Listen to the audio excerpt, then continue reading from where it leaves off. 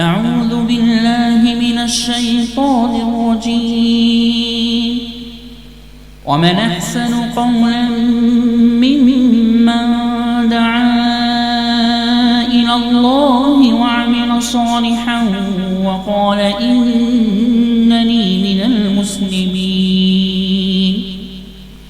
ولا تستوي الحسنة ولا السيئة، ادفع بالتي هي أحسن فإذا الذي بينك وبينه عداوة كأنه ولي حميم.